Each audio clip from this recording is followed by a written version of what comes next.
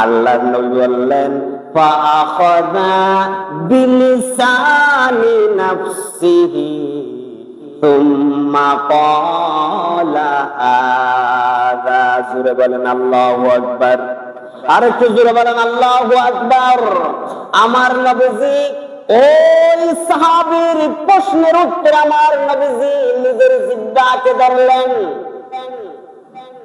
আমার নবীজি নিজের জিহ্বাকে ধরে সাহাবীকে বললেন, ও সাহাবী, তোমার জীবনে সবচেয়ে ভয়ঙ্কর বস্তু, সবচাইতে বিপজ্জনক বস্তু হলো তোমার জিহ্বা।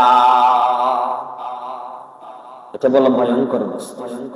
আমরা এটা দিয়ে কথা বলি, আমরা এটা দিয়ে অনর্গল অহেতুক মন যা চাই তাই বলে বেড়াই রাত দিন 24 ঘন্টা। আমরা ভুলে গেছি আমাদের প্রতিটি শব্দ রেকর্ড হচ্ছে। এই যে আমার সামনে মোবাইল বসানো,